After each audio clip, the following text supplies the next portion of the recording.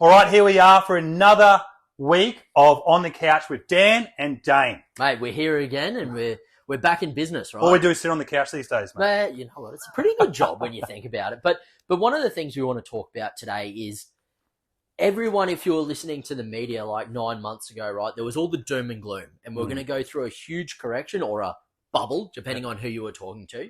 But I mean, it's one of those things that I know we haven't seen all the fixed rates roll off quite yet or anything like that. But those processes have been happening. Interest rates have been increasing. But the huge bubble never burst, right? There has been, I'll concede, there has been a slight correction in the property market, but we're off moving again. Yeah. So why is that? Like, it's one of those things. Why hasn't it come to be? Well, I always talk about property moving in cycles, right?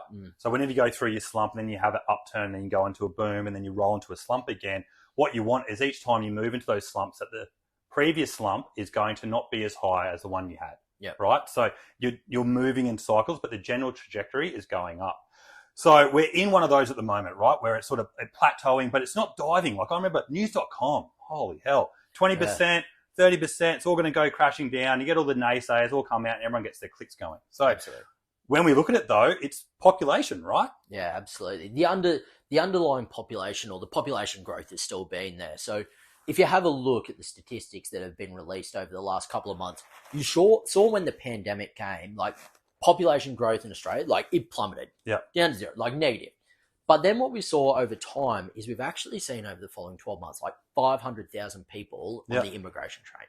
And of that, I think if we spoke about the net migration into each of the states, nearly 200,000 of those people have come to Queensland. And why wouldn't you? Exactly. Why wouldn't you come up here, right? New South Wales is the second best, but they're down at like nearly 100,000 people. Yeah. So you can see that the pure volume of people that have been coming into Queensland has been phenomenal. 200,000 people.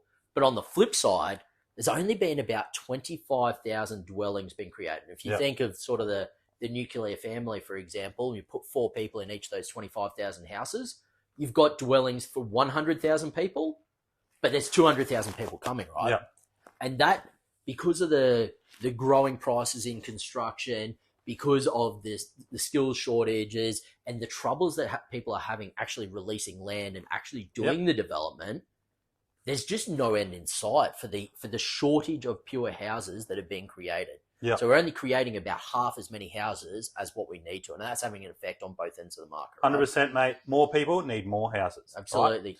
So you're seeing the challenges both, not just in, sure, we aren't seeing huge capital growth right at this point in time, but as Dane sort of said, we're sort of coming out of that correction now. But the other area we're seeing it in is rents, right? Yep, absolutely. Rents have skyrocketed, right? And you hear about people really struggling at the moment getting into rentals. Like I got a mate who went to one and he said there was almost 30 people showed up for the viewing.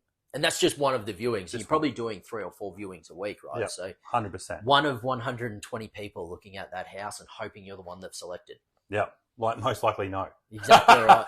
And do you see any end in sight to this, Dane? Based on what we're seeing, we're only building about 50% of what we need potentially at the moment. Like, how do we get out the back end of this? I think when you are looking at like the surge that we had where people were coming in and there was EOI Central and there was a real drain on resources, let's be honest, especially straight after COVID where, build time frames really blew out, material costs really blew out as well. I'm finding at the moment when I sort of look at my clients and what we're sort of doing in the property space now is that is starting to come back, right? So build times are getting quicker. Pricing has stabilized. There's no sort of builders out there who are coming back to poor souls and trying to jack up the price and everything, what used to happen. So for me, they're sort of key indicators to me that there is movement there and things are getting better, right? So they're only small little bits and pieces that come across, but they are definitely worth taking note of. And for me, it gives me that feel goods. Yeah, absolutely. So I think my key takeaway is over the next 12 months plus, I think it's almost the time now that you should be taking steps because, as you said, we're coming out of that correction. If you just follow the normal cycle the property market goes in, I think there's some pretty strong benefits to be had based on the pure amount of population growth that we've got going on over the current period of time that all need houses at the end of the day. Maslow's hierarchy of needs, it tells us everyone needs a roof over their head and everyone needs food, right? 100%. And if you're investing in those areas, you're going to do pretty well for yourself. Absolutely. That ends it for today. Another week of On the Couch with Dan and Dane. We'll see you next week.